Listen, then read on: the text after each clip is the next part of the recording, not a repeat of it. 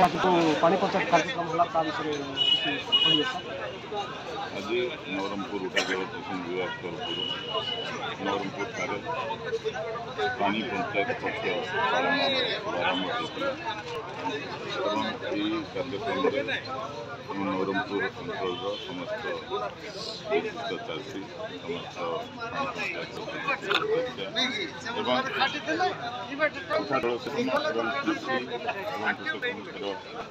आवश्यकता अनुसार विभिन्न विभाग जो ओडिशा सरकार रही उद्यान विभाग कृषि विभाग और जलसेचन विभाग माइनर इरिगेशन मेजर इरिगेशन सब विभाग अधिकारी मान उपस्थित रही और विस्तृत भाव में सरकार कौन सब योजना रही विषय आलोचना होता चाषी मानकर निज निजर अभिज्ञता भी प्रकाश करते समस्या कौन रही आवश्यकता कौन रही पानी पंचायतर उद्देश्य विषय भी आलोचना कर पानी को लेकिन आम कमी कम पानी अधिका अमल कर चाषी कमी अधिका रोजगार लाभ आज कार्यक्रम सुंदर भाव में समस्ते योगदान आलोचना सफल शुणा मिलूँ सर आम ओडिशा गोटे अभिनव योजना चली लिफ्ट इरिगेशन प्रत्येक अंचल चाषी बैंक में जमा दे इरिगेशन फैसिलिटी आने सरकार योजना रही तो नवरंगपुर जिले में सर कहवा गले आम जो अभियुक्त कोरापुट जिला रही आदिवासी बहुल अंचल रही अणजलसेचित जमी बहुत अच्छी तो आम लिफ्ट इरिगेशन जो कार्यक्रम आगामी दिन में प्रतिफलित हम सर बोरवेल खनन हम तो चाषी किपरि लाभवान होगी आप भावुं निश्चित रूप से आप देखते चाषी पानी आवश्यकता रही चाष बिना पानी बिना आप चाष करें तो आम सरकार तरफ विभिन्न पदक्षेप सब विभिन्न योजना माध्यम कि विभिन्न कार्यक्रम माध्यम आप देखुए बर्तमान जो मेगालिफ्ट उपजलसेचन विभाग तरफ विभिन्न कस्टर बोरवेल कि सिंगल बोरवेल सोलार माध्यम तो आगु भी दे आसुले बर्तमान ता सहित आमर जो वाटर सोर्स रही जिते भी आमर जो पेरिनियल स्ट्रीम सब रही स्ट्रीम ग्रेजेस सब पानी सोर्सेस सब क्रिएट पानी सहित आमर जो रिजर्वर अच्छी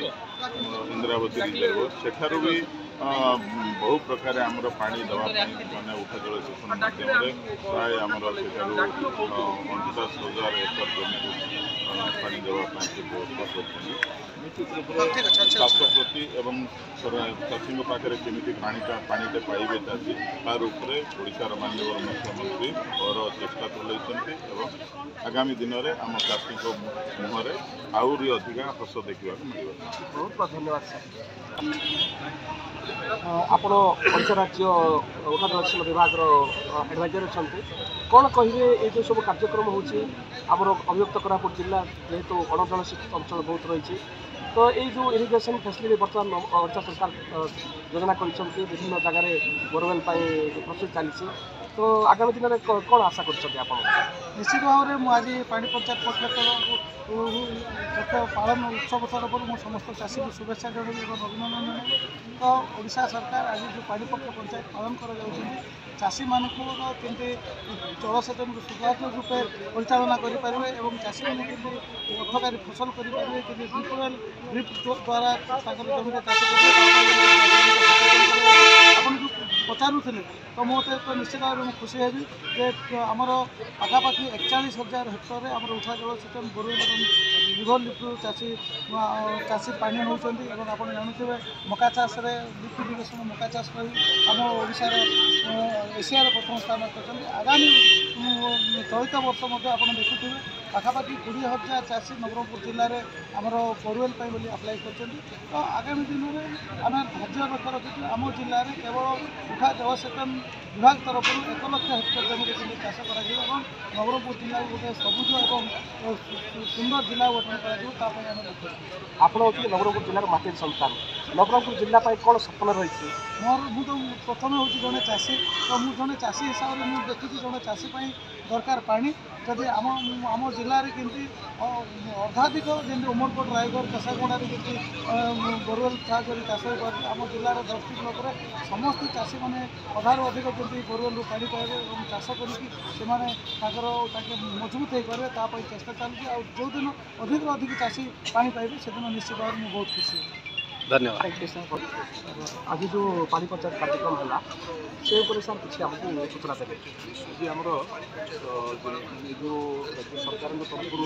पानी पंचायत पक्ष पालन से अंतर्गत सब डिविजन लेवल रे डिविजन स्तरीय गोटे पानी पंचायत पक्ष पालन फंक्शन करा सारा राज्य में आमर विभाजन तरफ नवरंगपुर आम कार्यालय परिसर पालन अवसर फंक्शन में आमर लोकल आंचलिक नवरंगपुर माननीय विधायक श्रीयुक्त प्रधान महोदय आमर उपजन निगम उपदेष्टा श्रीमती प्रमोद पाढ़ी महाशय और आम प्रिय जिलापाल डॉक्टर कमलेश मिश्र महाशय आम सहित आम chief district agriculture officer deputy horticulture electrical समस्ते आसी उपस्थित होते आमर नवरंगपुर जिलार कोण अनुकोण आम उपजन प्रकल्प और बोरवेल सब चाषी आसी उपस्थित होते समस्त विचार विमर्श कले और जल को किपर सुविनियोग कर पानी पंचायत मुख्य लक्ष्य सहभागी भित्तिक जलसेचन केमी आम हो पार प्रत्येक बुंदा जल केमी प्रत्येक क्षेत्र में प्रत्येक चाष जमी पहुँची पार आम जलसेचित जमीर जो कार्य कराई परिसीमा से आम समस्ते एकत्रित होइछु शपथ पाठ करूँ बड़का पानी को खरीफ ऋतु किपर आम रवि ऋतु चाष कर अधिक अमल कर आम जीवन धारण किपर उन्नति हो पार चाषी मानक किपर अधिक अधिक अमल हो पार से दिगरे पानी को किपर सुविनियोग कर विचार विमर्श और शपथ ग्रहण करके आम समस्त सभा संग करूँ बहुत लोक आस उपस्थित होते 300 जन चाषी आसते से समस्त ये खाया पीवा मध्याह्न भोजन व्यवस्था कराइला विभिन्न स्टल आम करूँ विभिन्न ज्ञानकौशल किपर लिफ्ट इरिगेशन डिपार्टमेंट जिन व्यवहार होती प्रदर्शन करूँ एग्रीकल्चर तरफ मिलेट मिशन तरफ विभिन्न सामग्री उत्पादन कर बिक्री बटा कराइला और मिलेट प्रचार प्रसार करा ये सब जाक बहुत आडंबर आम कार्यक्रम जपरी हवा कथा सुचारू संपादन कर मैडम आप परिचय देवे आज जो पानी पंचायत कार्यक्रम होती आपणकर भागीदार कौन अच्छे